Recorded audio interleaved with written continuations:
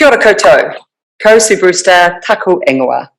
Well, welcome everybody to the first of our in-person lectures for 2023. Really pleased to have you all here. So my name is Sue Brewster and I'm the Executive Director of Auckland Medical Research Foundation. So I'm just going to start us off with a karakia, which speaks to seeking knowledge for understanding and having purpose in all that we do, which is really the essence of medical research. E te hui, whaia te mataranga ki kia marama.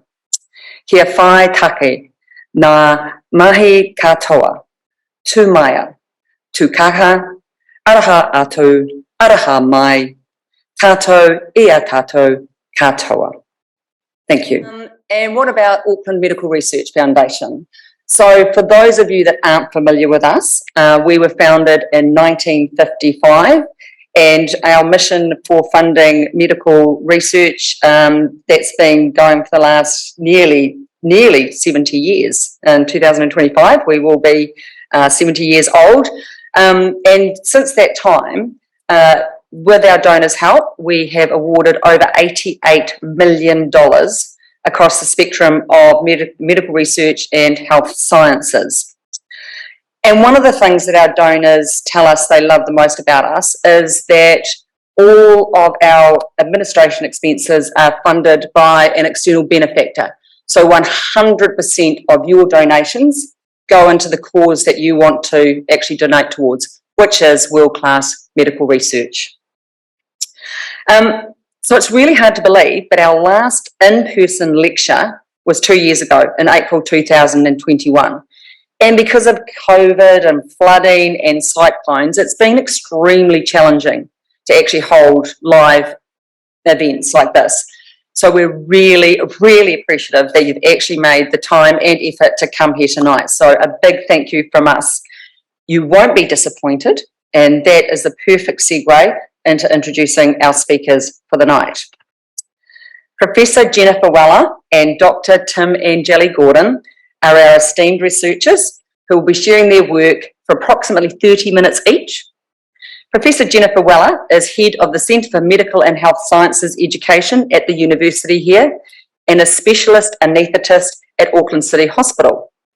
Jennifer has way too many other roles, qualification awards for me to mention tonight, but needless to say, she is an extremely busy health professional who in 2012 received AMRF funding to kickstart a research project to improve team collaboration in the operating rooms.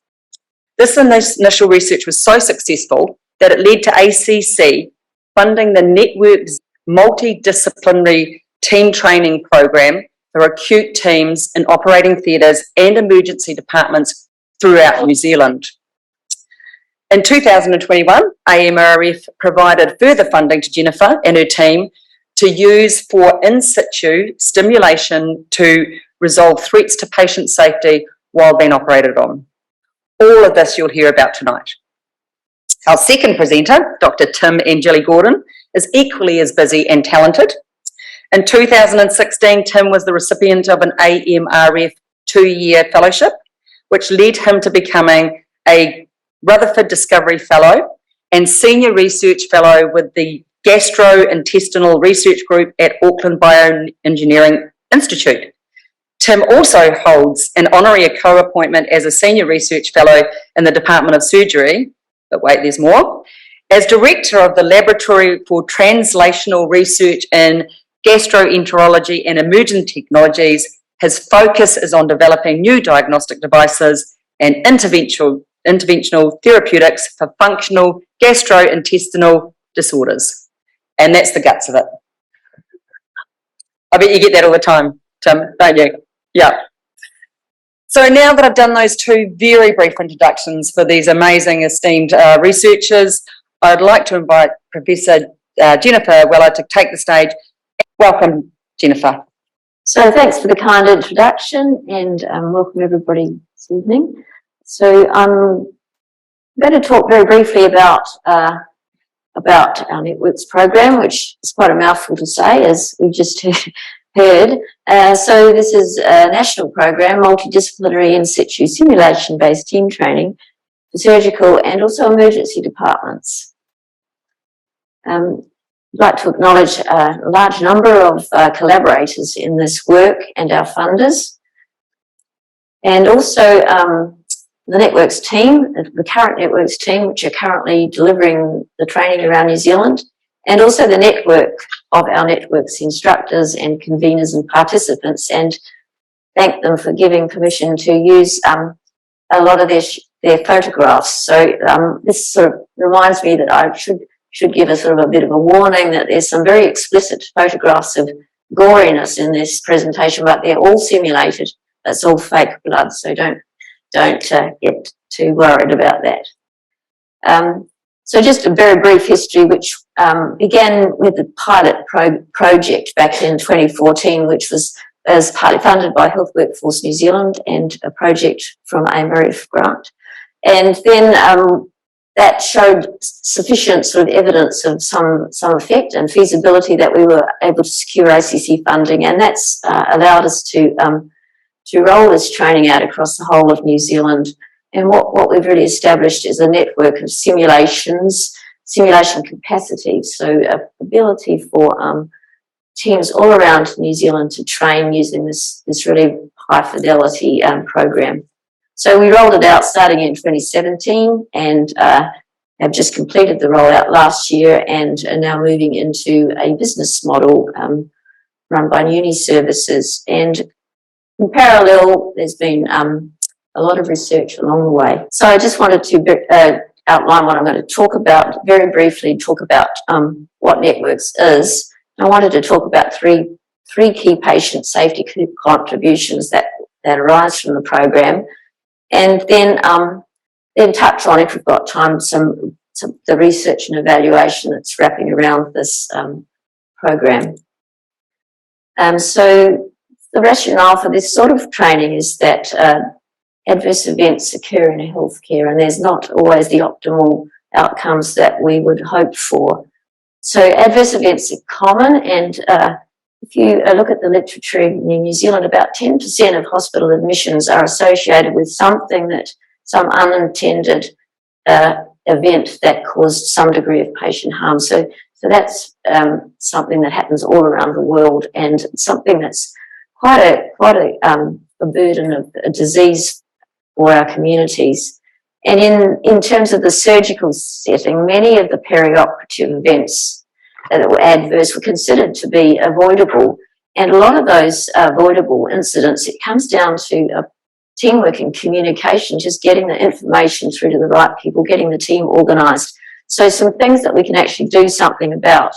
In addition to this, there's a lot of the way we design things, the way we set up our environment, there's a lot of hidden threats in those environments that can also lead to patient harm. I'll touch more on that later. So the program of Networks, to try and give you some picture of what it looks like over the next few minutes, but one of the things it does, it engages the entire team. So it's actually very rare in healthcare training to get all of the members together. So surgeons train separately to anaesthetists who train separately to nurses, and getting them all in the same room is quite a feat. And we've been able to do that through creating very realistic simulations that everybody can engage in as if they would with their real work. So surgeons are able to operate on the mannequins, anaesthetists are able to anaesthetise them, nurses are able to work in their own environment to support the surgical operation. So this is also, it's national. So because of the funding we received, we were able to establish this sort of training in every hospital that provides surgical care around New Zealand, and that speaks to equity in that usually those little places don't get the big training events that are available for the big hospitals. So it's accessible nationwide, and our aim is to build more resilient teams that are more resistant to error. And the training is in situ, which means that it actually happens in the workplace, so in an actual operating theatre, in an actual cubicle in the emergency department. And that, in addition to being very realistic and more likely to transfer to practice, it also offers us a chance to stress the system, to stress the environment, and uncover those hidden threats to patient safety. It's also a trainer-trainer model, so we train a whole lot of instructors, and they then go back and deliver the training in their own environment. So it's sort of local ownership.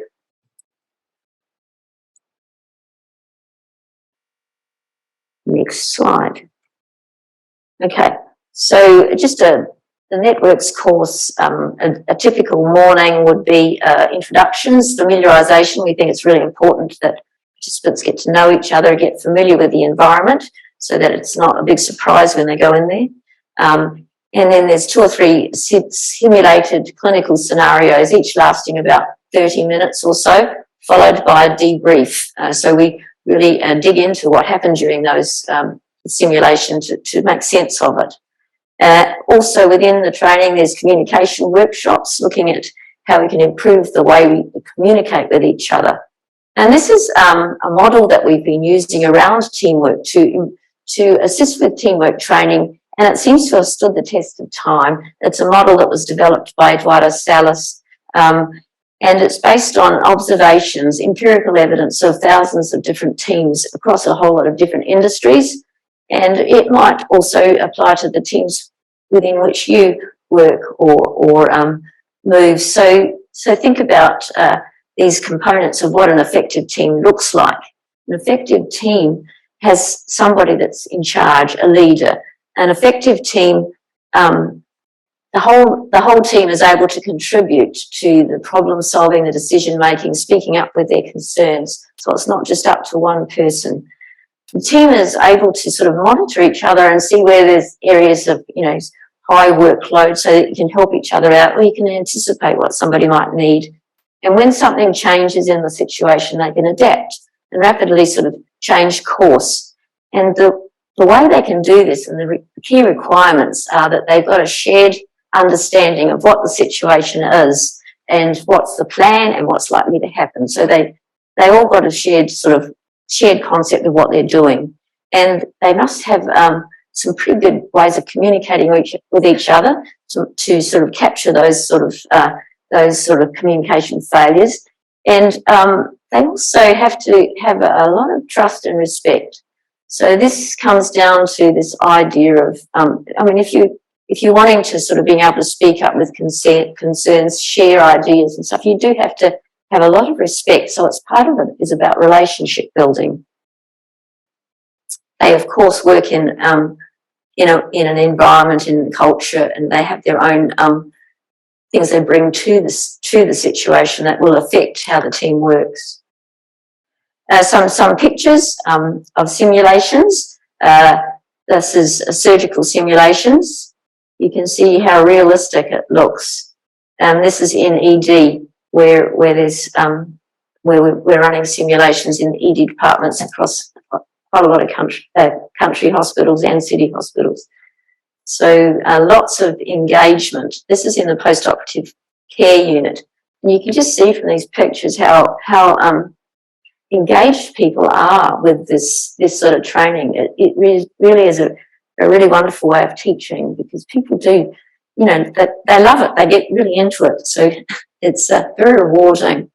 And so over the years, we've got participation from all hospitals, either in the operating room, PACU, or in the ED. We've had over 3,500 people go through our training programs. That's quite a lot of healthcare workers. And a lot of people have been involved in instructor training, and we get very positive reviews. So people fill out an evaluation form at the end of every course, and it's always extremely positive. So people sort of like this sort of training, despite the fact that it might feel a bit threatening. So I just wanted to show you 1 or 2 minutes of a trauma scenario from one of our network's courses, and these are this is portrayed by 2 or 3 people that are acting. One of them is actually Ian Seville, some of you might know. So these are role playing, and it's a simulation. It's not a real person. And this is a simulation of a trauma where a patient's come in and they've got a knife in their belly and they've cut something and things are happening. And this is the middle of the operation. The anaesthetist is really worried about the blood pressure, which is really low. The surgeon's trying to find where it's bleeding from, and the nurses are trying to deal with all of the equipment that's the suction's filling up, haven't got enough swabs and things. So just be careful. This is somewhat boring. So just, but it's all fake blood. That's still going, Ben. Yeah, I think you'll should. Yeah. Why don't you try using the duo? I'll try and. Have the other Stefanski. Side swab. Can you put a pressure bag on that? Sure. It's all bleeding, isn't it? Okay. Pull a bit harder. Can I have a large swab, please? Okay, I think we need some adrenaline drawn up as well. Can you do that for me? I'll manage that. So 1 in 10,000 and 10 mils. Thanks very much. Give me the other Stefanski. Yep, thank you. Suction's not working. Oh, can you turn the suction, please? Give me a large swab. Onto the Ian Peterson. Okay. Suction's full. No. 866. Can I have 2 medium swabs as well? Is there some more blood available, Emma? Yeah, this is all we've got in the room. What do you want? I need 4 more red unit, or activate the massive transfusion protocol. Can you do that for me? Sure. How's it going down there? Oh, yes. There's a bit of bleeding. Ben, we're not winning here.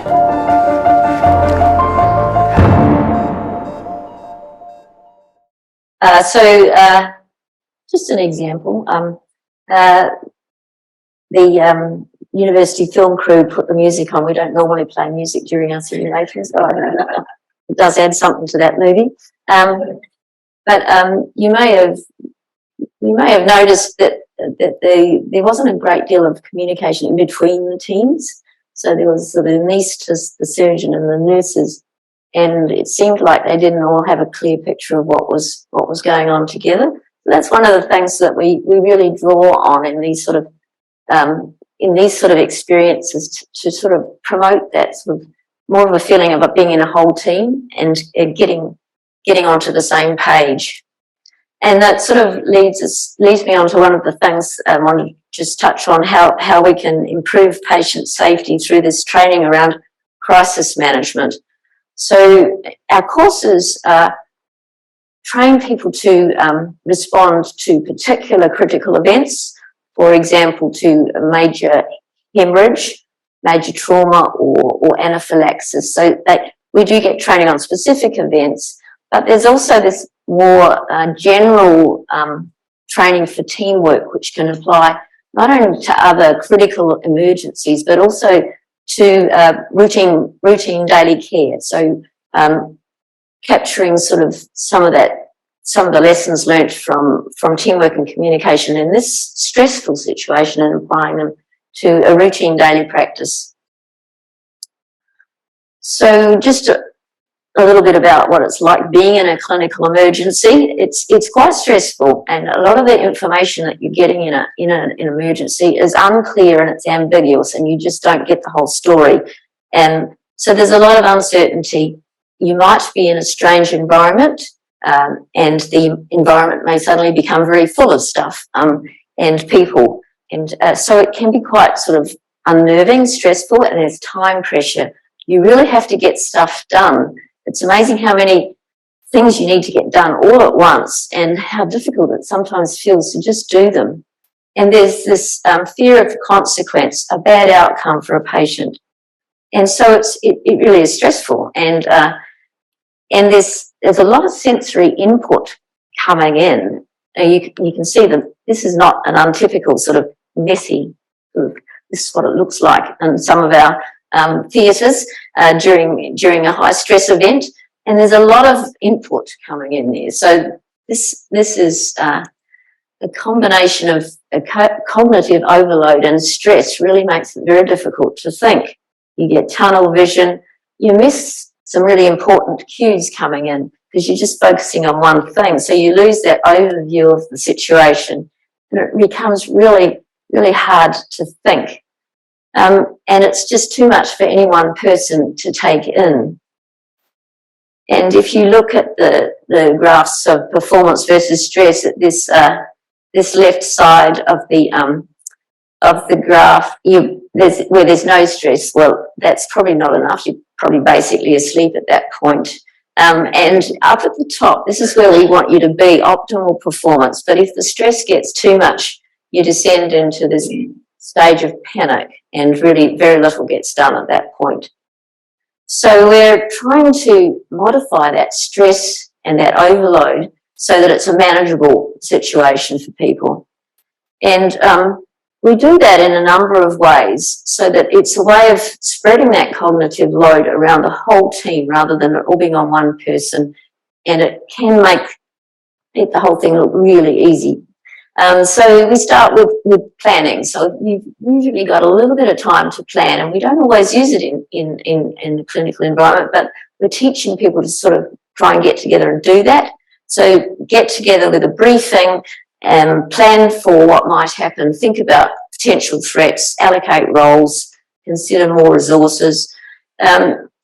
In the simulation, we're applying that teamwork model that I described before, and people get a chance to apply it. You can see here, I love this picture. There's this chap in ED. That was his stance. He was a stand-back leader by not having his hands on anything, not engaging in any task. He had mental capacity to think. So he was there doing the thinking. And you can see how much easier that would be to control the situation if you're standing back and thinking. So that's one of the things we talk about. And then afterwards, we get an opportunity to talk about it. It's a very structured debrief. We talk about how people are feeling when they come out of it, and we get a description of the scenario, so everybody's got a clear understanding and an analysis. And then we very much concentrate on, so what have we learnt that we can actually take back to practice? So that's how I think our teamwork training works to build more resilient teams. So one of the things that has come up in what I've been talking about so far about crisis management training is speaking up. And speaking up is not easy, is it? Like, you're thinking of your own situation where you've thought, oh, I should have said something then. There must have been lots of instances where you've thought that yourself, and you think about why you didn't speak up. And it's possibly because you thought you might, get a hostile response, or you thought maybe you weren't right about what you were thinking, or maybe it wasn't your business even. But I guess it's becoming a real thing in healthcare settings to teach about speaking up now, because we do see it as a real concern, and we think it does need to be everybody's business. And so there's a lot of moves around speaking up for patient safety. You'll see posters up around hospitals, and the interventions seem typically to be aimed at this little guy. And so there's assertiveness training, and it's something like probe, alert, challenge, emergency. So it's escalating the challenge and trying to make it easier for people to challenge somebody that's more senior to them or across a professional group. There's not much evidence that this works. Perhaps it works a bit, but people still don't speak up. So we thought the position should be that it shouldn't really require an act of bravery to speak up. It should just be normal. And so we flipped it on its head and started thinking about, well, what is it actually like from the perspective of the big guy, the person that you're speaking up to? And how does it feel? What does it feel like? And what sort of things, how do you normally react? And so I guess I guess this is a little bit like somebody giving you feedback.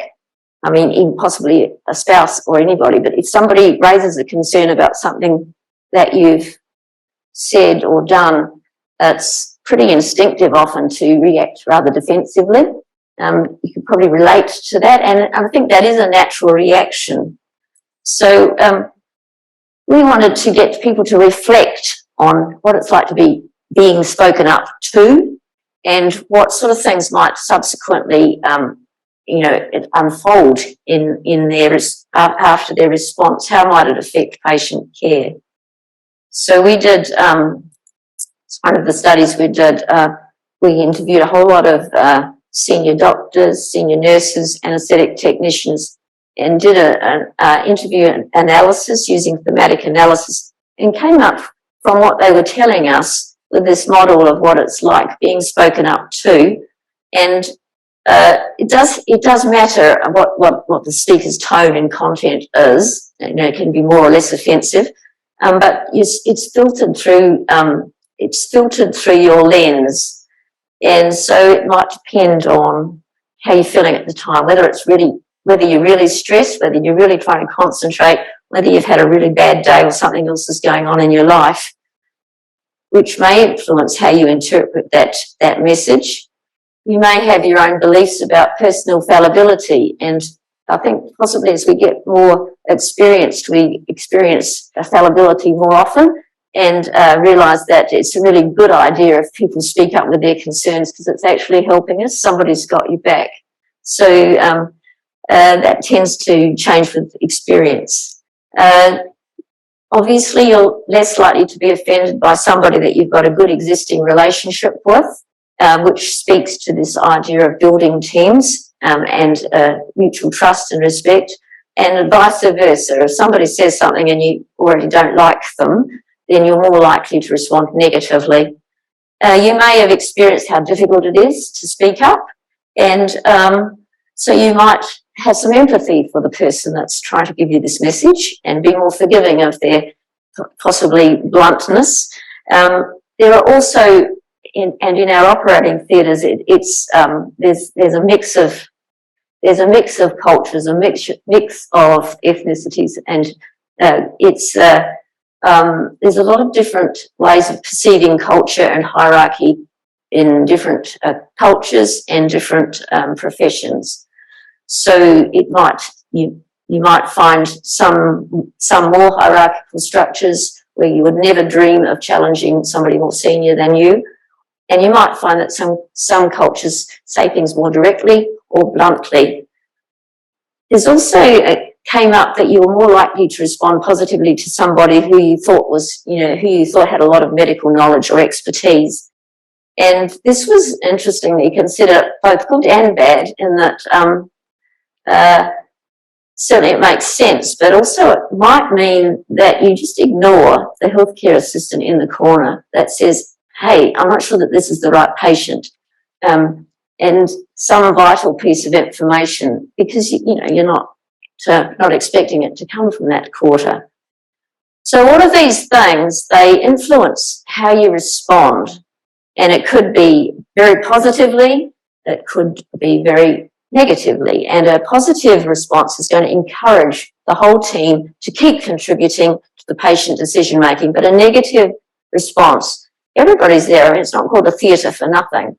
So you're in a theatre, your response is observed, and everybody thinks, oh, I'm not going to say anything from here on in, and people start withdrawing their contributions, and it's less people putting into decision making, less effective teamwork, and patient care is less likely to be optimal. So this sort of work has informed our course.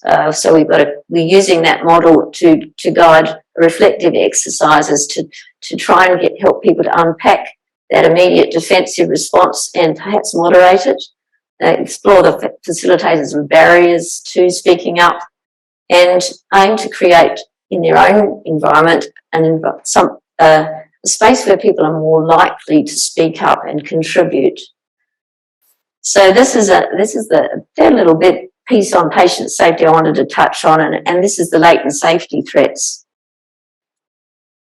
So latent safety threats are issues that are waiting to happen, but haven't, and haven't harmed anybody yet, but they might. And so they're errors in design, organisation, training or maintenance. So they may contribute to errors and they may progress to patient harm. And in situ simulation, stresses the system. So it can help uncover these latent safety threats. So we don't need to wait for a disaster to happen before we realise that our systems weren't up to it. We can find that out without having the actual disaster. And so resolving these threats can prevent future unintended patient harm. And so our first study was like a retrospective audit of the post-course reports that people fill in after each of our courses.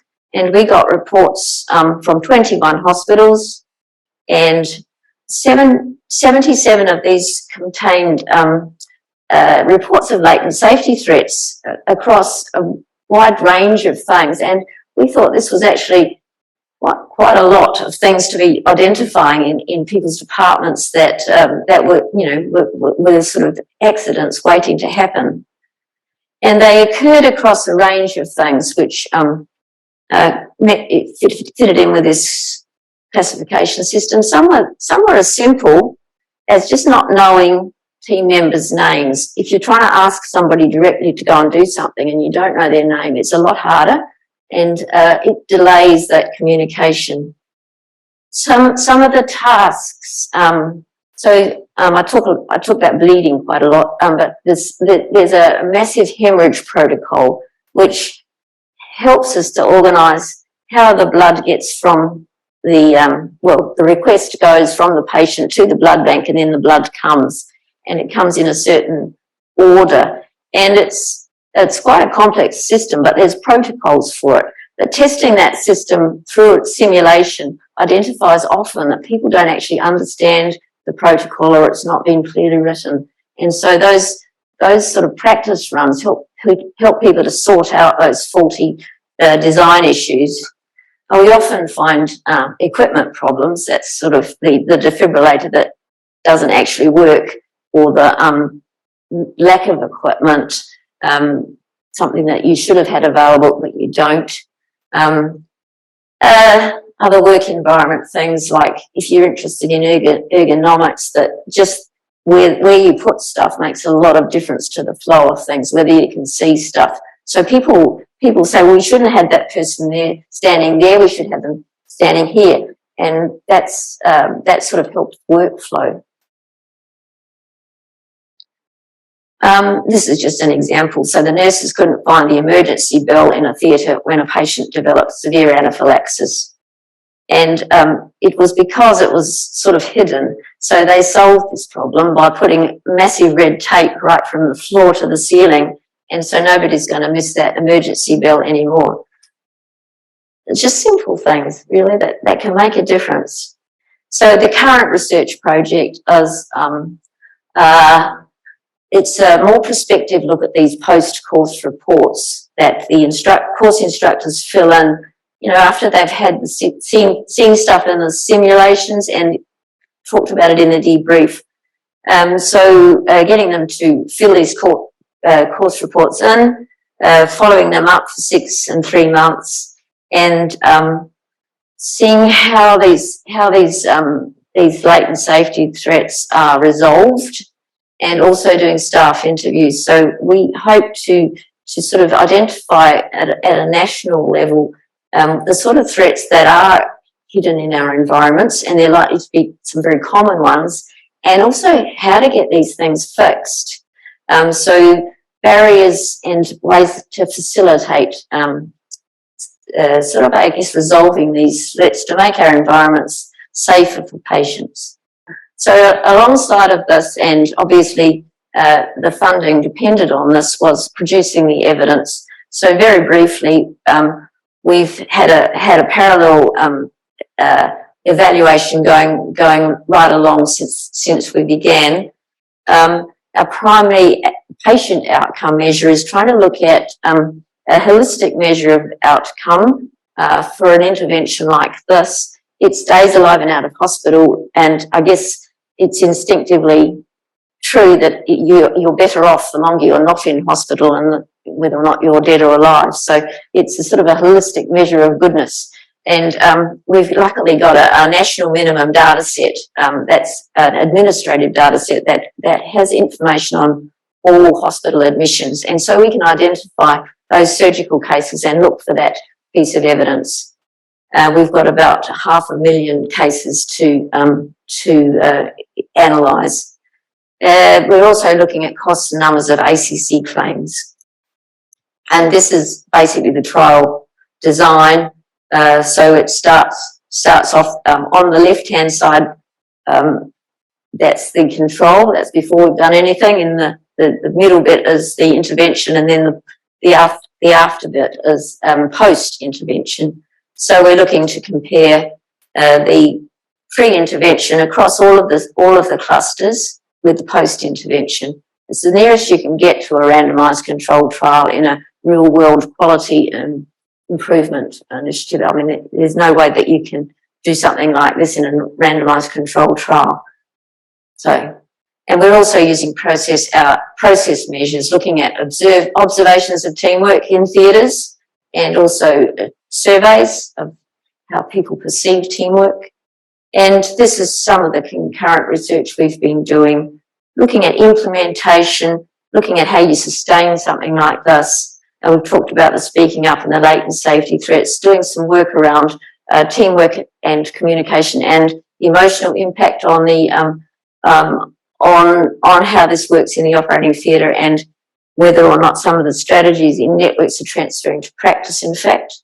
And also looking at Māori perspectives on acute care and lessons potentially for networks from that work. So in summary, I think Networks has built capacity and capability for really high quality teamwork training across New Zealand. And I think this is actually probably a world first to have a national program like this. And I think Networks speaks to multiple components of patient safety.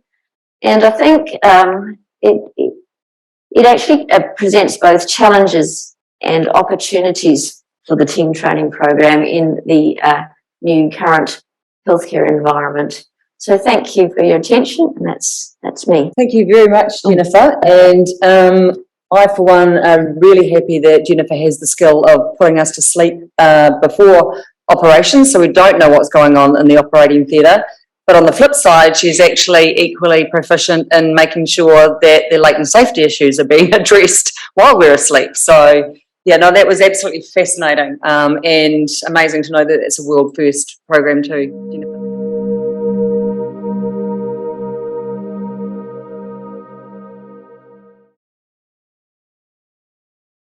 Thank you. That's a tough act to follow. Thank you, Jennifer. Tēnā koutou, tēnā tātou katoa.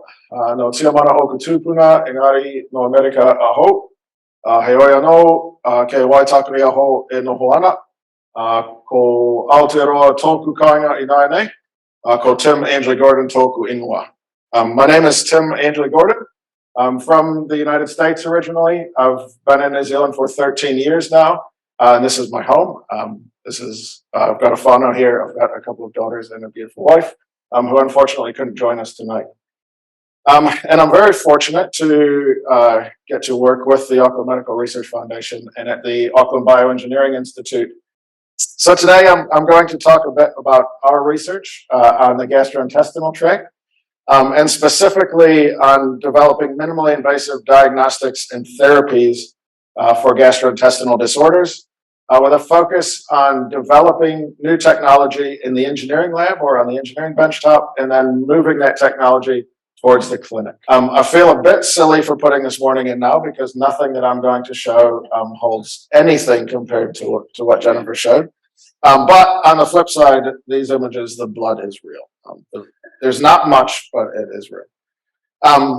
And so I thought I'd talk first about the motivation, why I do what I do and why it's important that we look into this. So gastrointestinal disorders affect about 40% of the world's population. That sounds very high, but that's everything from reflux after a meal to very, very severe debilitating complications with the stomach or intestines. But I thought rather than talking about all the different disorders and all the different people, I'm going to focus on one disorder as a motivation, and that's gastroparesis. Gastroparesis literally translates to stomach paralysis, so gastro meaning stomach and paresis meaning paralysis. These patients, their stomach doesn't empty normally, and they have very severe nausea, vomiting, abdominal pain, bloating, and when they eat a meal, they typically feel full very early. But it's pretty much those 5 symptoms that they have in really most patients with gastrointestinal disorders. And I'll actually focus on one patient in particular. So this is Ruby Hill. She was quite a high profile case in New Zealand, actually. She was a real advocate for gastroparesis for a number of years while she was fighting it. And there's a whole range of popular press articles. I got these images from a number of different publications. And they say a picture is worth 1,000 words. So that's Ruby on the left while she was healthy. And that's her in the middle while she was suffering from gastroparesis. The caption says that she's down to 47 kgs at that point. And this is a third photo that's even more striking. She's down to 22 kilos at that point. That's in 2019. And unfortunately, she passed away that year from complications from this disorder. She was 23 years old, it says. And so it's prior to that, vibrant. I've talked to her family. I'm actually do some work with her mother, who runs a website and an outreach group generating awareness and support for gastroparesis. And so it's really striking. And so this is why I do what I do. There's many people like Ruby, tens of millions of people who suffer from these sort of disorders. The diagnosis is very challenging. So talking with clinicians, they want to provide a diagnosis for people like Ruby, and they feel like they don't have all of the tools that they would like. It's difficult to even tell these patients a definitive diagnosis of what's wrong with them. And then when we are able to tell a patient that they have gastroparesis or one of the other gastrointestinal disorders, is limited therapies. Some patients respond well to pharmaceuticals, others don't, and there aren't a whole lot of options. So myself and our team, we approach this from a little bit of a different perspective, and we look at the underlying electrical control of the stomach. So what you're going to see here is a view inside of the stomach. It's very similar to your heart, where each of your heartbeats, the actual contraction of your heart, is triggered by an electrical wave that causes the muscle to contract. And what we see here is a video from inside the stomach. It's called an endoscopic video. And we see these large ring contractions that are moving down the stomach. Each of those contractions is triggered by an electrical wave. And it's those electrical waves that we measure using new techniques to try and develop diagnosis and treatment options. So if there's one thing you take away from my talk tonight, know that the stomach has electrical activity that coordinates the activity. If that's all you take away, I'm happy. That's good. Because most people don't know that, and I didn't know when I started this journey. But I think it's always interesting, too, to take a look back at history. And so here's an image of Professor Walter C. Alvarez. He is an American-based clinician and very prolific academic researcher. And he is the person who's credited with discovering the electrical activity of the stomach. So on the right-hand side, we can see an image from one of his very early papers. You can see on the bottom the date is 1922 when this was published. And each of those little peaks in that is a deflection of the electrical activity. And if you can see in the bottom left of that image, there's a little diagram, a hand sketch of a stomach, and a couple of lines that denote where the electrodes were placed on the stomach. And so this is the original discovery of electrical activity of the stomach. Now, if we fast forward 100 years, which I can do in this presentation, we get to more modern techniques called high-resolution electrical mapping. And so this is some work that was developed by my research group, others in my research group. And we see on the left-hand side some of our electrode arrays. So each of those gold dots is an electrode. There's 256 of them there, and they're 4 millimeters apart. So it's a very small patch, or a relatively small patch, with many, many hundreds of electrodes, which allows us to record this activity in very high detail. We're able to dictate what direction the activity is moving, how fast it's moving, and many different characteristics about it that researchers and clinicians weren't able to do with less sophisticated techniques in the past. A couple of benefits of these specific electrode arrays are that they're flexible, which means that they can adhere to the curved surfaces of the gut. And they're also sterilizable, which meant that we're able to translate them into human patients, whereas many of the previous techniques were limited to preclinical or animal work.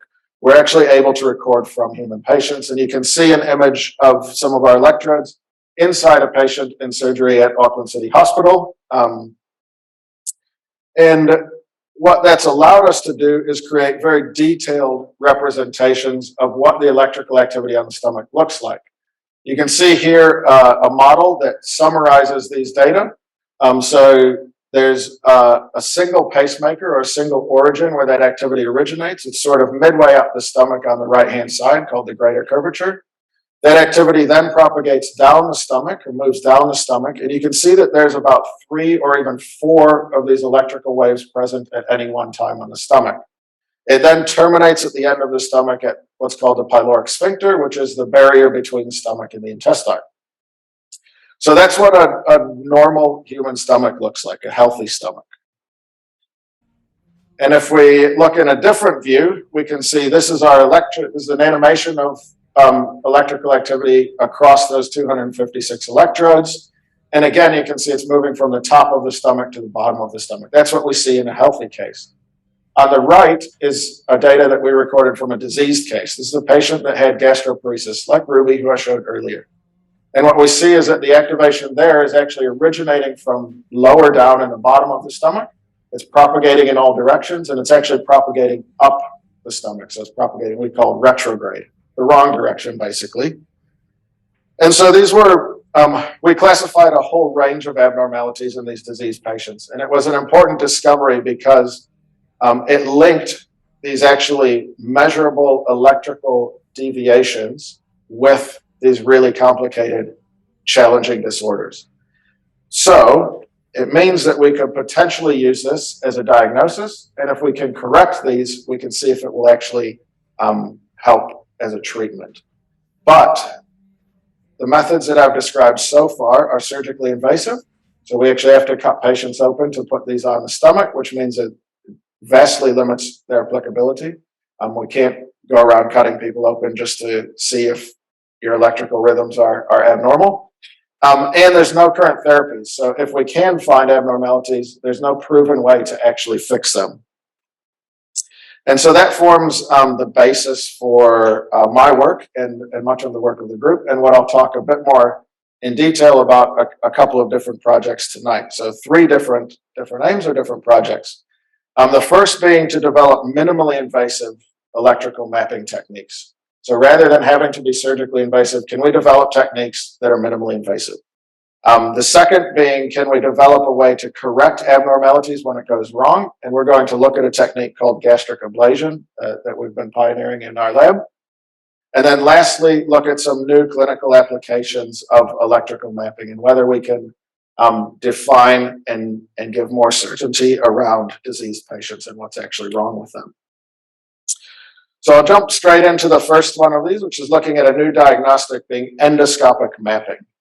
So endoscopic, I mentioned earlier in that video, means down the throat. So accessing the stomach down the throat. It's minimally invasive. It's one of the first diagnostic procedures that you get when you have persistent symptoms. The clinician typically wants to basically go inside your stomach and have a look. Can they see anything that's wrong? So we wanted to know, can we map the electrical activity of the stomach endoscopically using these minimally invasive techniques? And so we put our engineer hats on and we borrowed some equipment and designed some new devices that you can see here. So this is an endoscopic version of an electrical device. If you look in the middle, that's the recording end. Each of those silver bands is an electrode. There's 64 of them, and they're organized in a sphere. They're linear splines, 8 linear splines with 8 electrodes each. And then we've added a balloon to the middle of that. It's actually a cardiac mapping device, the electrical device, and we've added a balloon and some additional components to make it more specific to our needs in the stomach. The balloon allows it to press those electrodes against the wall of the stomach, which is needed for the recordings. And you can see on the right an image from an endoscope of this device placed inside a pig's stomach, actually, in our preclinical trials. But before I get ahead of myself, we first wanted to know, are we able to actually record these electrical data from inside the stomach? And so we started in our preclinical lab, and we surgically placed this new device that we created, and we compared it with our traditional electrode arrays that were placed outside of the stomach. So we placed our new device inside, our traditional arrays outside, and we found that the data was very similar. So in the middle, we can see the actual electrode traces. So each of those sharp deflections downward is when the actual electrical wave is passing the electrode. And then on the right-hand side, we've got these sort of rainbow-looking maps. And so you'll see these quite often, so I'll talk you through briefly. So what this shows is the electrode array. Each dot is an electrode, and each color represents the area that electrical activity has moved per time unit. So on the top one, it looks like 1 second. So each second, it moves from the dark red, the next second, the light red, the next second, the orange. And so what this shows is the direction of that electrical propagation over the array. And what we see here is that we were able to record data from inside the stomach similar to outside the stomach. That gave us confidence that we could move forward with this, and we're onto something new and valuable. But one of the challenges was that this new device is very different to our old arrays, which were flat, two-dimensional, evenly spaced electrodes. Our new device is spherical, and it's not evenly spaced electrodes, so there's variable spacing. What that meant is that our software that we used to analyze the data from our old electrode arrays didn't work for this new device. So that's where Alexander Chen came in as a PhD student, and he developed custom software that was specifically designed to this new electrode device. I'm not going to talk through all of it because it would be hours of his PhD, which is currently under examination and very close to finishing. But the take-home message here is that we're able to design this new software specifically for the device that enabled us to carry on with the work and to actually analyze the data coming off of this device. And it allows us to then create maps of activation from this endoscopic device placed inside the stomach. So here we see activation going from dark red to yellow across 8 seconds. So that's showing the electrical propagation of this wave down the stomach. So then we thought, okay, well, this is all very promising. Let's try and put it in actual patients, which I will tell you is very difficult. But we made it. And so this is an image of the first ever patient. That's me on the right-hand side. And David Robotham, who's a gastroenterologist at Auckland City Hospital, on the left-hand side, and some very talented nurses in the middle. And the patient is on the table, and you can see our device is being placed on that TV screen. That's an endoscope that's placed into the stomach. So this was a very exciting day for us. And we pushed on with this work and completed a feasibility trial of 13 patients at Auckland City Hospital. And this is where another PhD student came on board, Peter Tremaine, who's here tonight. And he's running this work now in terms of the clinical trials and revisions to the device. So we completed a feasibility trial of 13 patients at Auckland City Hospital along with David Robotham. The data was really promising. So here you can see an example of some of the electrode traces like I showed before. You may be able to notice that those little deflections I pointed out with those red marks aren't quite as clear as some of the other ones. The data from inside of the stomach endoscopically is not as high amplitude. It's not as strong as data from open surgery. But we're able to capture it nonetheless, and the fact that we're able to do it minimally invasively is incredibly valuable. We're also able to create these maps of propagation, and here we can see that there's actually activity originating from low in the stomach, distal in the stomach, which is abnormal in this case. And so we're really excited about this. This is the first time that anyone in the world has been able to record in high resolution from many electrodes the spatial propagation from inside the stomach, endoscopically or minimally invasively. So we're really excited about it. And now the question comes, can we correlate this endoscopic data with patient symptoms? And so this is where Peter's carrying on with this work, and we've expanded to a multi-center trial. So we've now completed 20 out of 20 patients at Auckland City Hospital and 7 out of 20 at Christchurch Hospital, with a secondary gastroenterologist down there. And we're looking forward to trying to correlate abnormal or normal electrical activity with patients who are either sick or healthy. And so that sort of concludes a new diagnostic tool, a minimally invasive one. But when we're able to diagnose and tell a patient you've got something wrong with your stomach, your electrical activity isn't working well, what can we do then? So this is where we're looking at new therapeutic options as well, one of which is called gastric ablation. So ablation is a fancy word for essentially burning the tissue. It's very commonly used in cardiology. So there's a diagram of the heart, and a common complication with hearts is that you get abnormal heartbeats, which are triggered by regions of the heart activating electrically that aren't supposed to activate. And so what they do clinically is they feed a catheter up into the heart and they burn those regions of the heart to prevent them from activating electrically. It then restores the normal activation pattern and fixes these patients. It's very commonly used in cardiology. It's a multi-billion-dollar industry. But until we came along, no one had translated it to the stomach. And so we thought, can we use ablation to eliminate this abnormal electrical activity in the stomach? And so this is, again, another PhD student here, Zara Agababe, who's finished her PhD, and she stayed on as a postdoc with us now. Is very talented. We're excited to have her stay on. And so we used this time we did it all surgically because it gives us a more careful and managed approach to what we're doing. And so we're open surgery, use these electrode arrays. This is preclinical in pigs. Put our electrode arrays on, recorded the activity. We then identified a pacemaker location, which naturally occurs in our preclinical pig model. So abnormally low on the stomach. It's marked with a star in this diagram. We marked that with a suture so that we could identify exactly where in the stomach that was. We then used an ablation catheter common cardiac ablation catheter that we repurposed for our gastric work. We surrounded this location of abnormality with a box, a series of points made with this ablation. And then we recorded the activity afterwards to determine whether or not we had eliminated it. So here's a little bit of a surgical diagram. So I'll show these nice schematics. And then this is what it looks like in reality. So this is what we're working with. That's the stomach through an open incision. And the ablation catheter is that little blue sort of stick-looking thing. And those white lines on the stomach are where we've actually performed the ablation. And so we're back to these rainbow maps. So what we see on the top is that we had activation low on the stomach where it shouldn't be.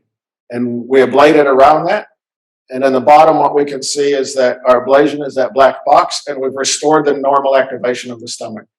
So we're back to red at the top, blue at the bottom, or in other words, the electrical activity is coming down the stomach again after we eliminated that abnormal location. So we're really excited about that. We can now eliminate these abnormalities. We've got a new tool to do it. So our answer to our question is yes, we can. So our next question then is, does gastric ablation remain safe and effective after recovering and healing? A couple of things. In surgery, it's not typically good if you burn the stomach or intestine. It can actually cause really severe complications. And so we needed to make sure that what we were doing to the stomach, all of the development we had done and the care we put in, was actually going to remain safe after the healing period. So one of the complications is that the stomach can actually perforate. Another possibility is that the tissue actually regrows and reconnects that electrical network. So we wanted to make sure that that didn't happen. So we ran a very similar study, but this time we recovered the animals for 2 weeks after the initial surgery. And then we went back in and recorded again. And after that 2-week recovery period, we still had our conduction block. So we still had our red at the top. It terminates at that black line and then wraps around. So we were still able to block that electrical activity even after it had healed. And very importantly, we didn't have any adverse complications during the recovery period. So initially, through the 2-week recovery, we've shown that it's safe and remains effective, which is really exciting and a step towards getting us closer to the clinic. So, is it safe and effective? Yes. So then the question is, so we're doing all of this open surgery, and I just spent the first part of my talk telling you how open surgery isn't very applicable. So the next question, can we do it endoscopically? Bring in the next PhD student. We've got quite a talented team here. Ashton Matty. And so he's taken these techniques that Zara and our team developed, and he's delivered them endoscopically now.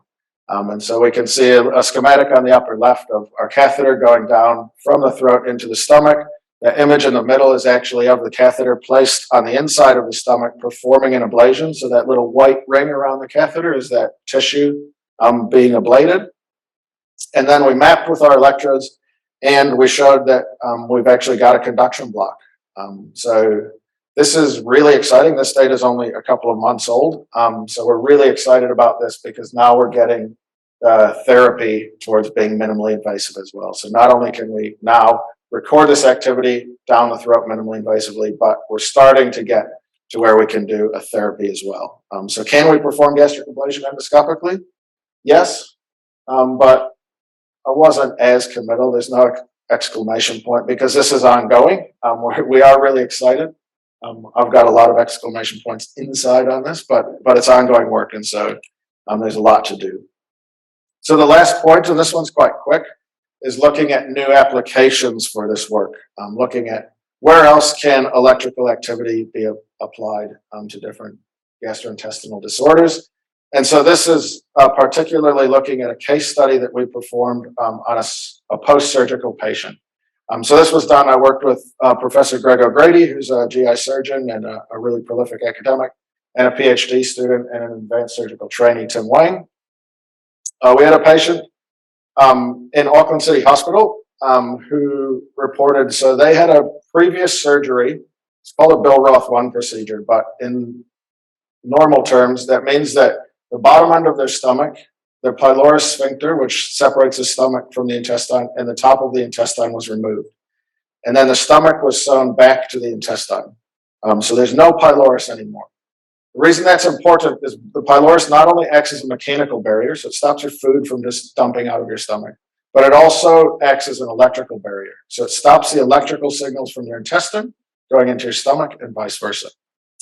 This patient had really severe complications. So what we can see is A in that diagram is the stomach remnant, B is the healed scar from the suturing back together, and C is actually the duodenum, the intestine.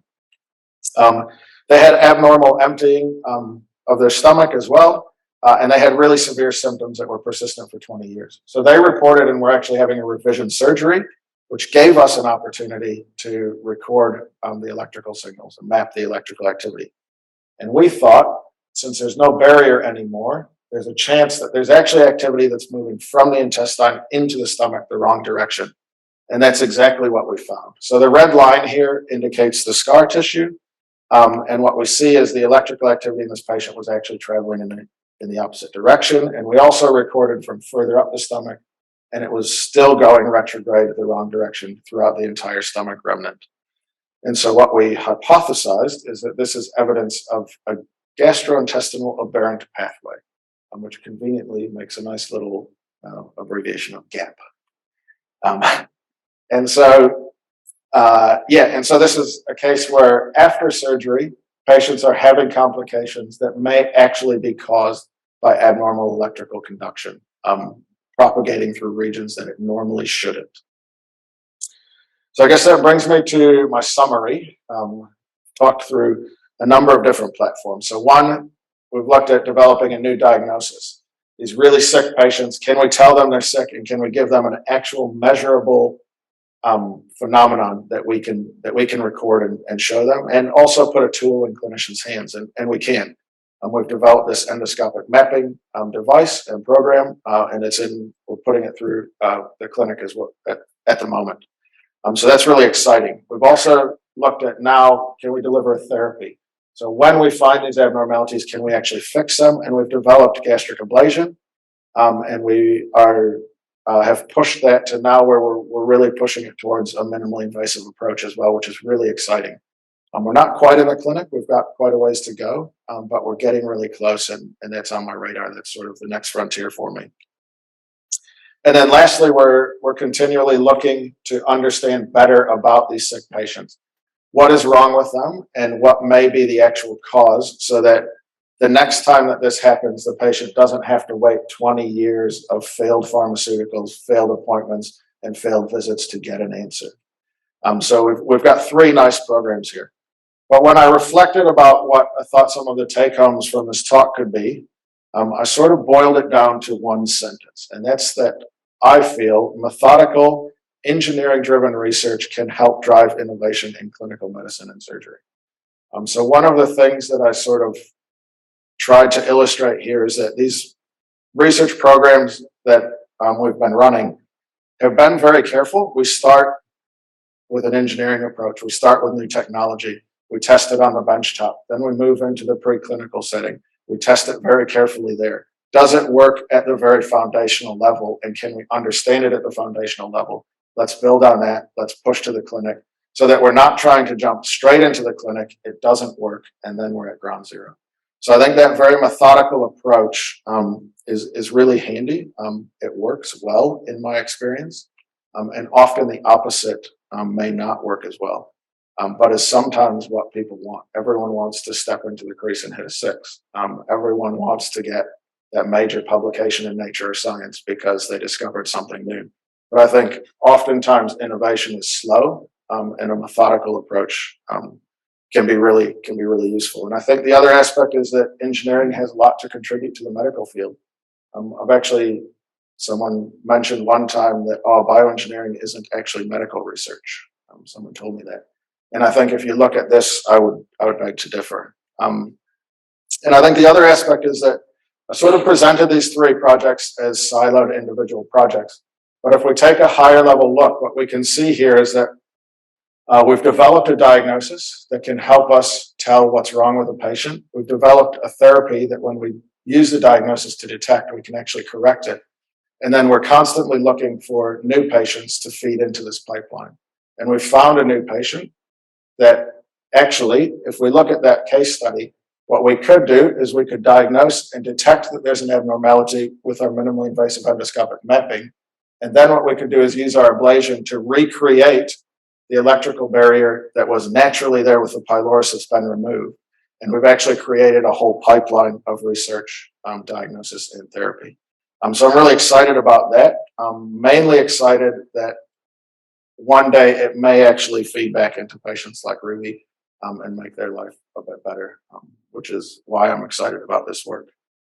It's a huge team effort, So there's a lot of people who have contributed, a few who are here tonight. Some of the students I've mentioned, Lindley's in the crowd. She runs our preclinical lab, and we couldn't do what we do without her. A lot of engineers. I've been really fortunate to work with some great clinicians, both in New Zealand and overseas. And then some great funders. And as Sue mentioned, I started this journey funded from a fellowship from the Auckland Medical Research Foundation and a grant from the Kelleher Charitable Trust through the AMRF. And I've gone on to be pretty fortunate with some of the other funding that I've received. But it seems to go pretty quick. So I've got a big year ahead of me of trying to get that next one rolling. So thank you all for your time.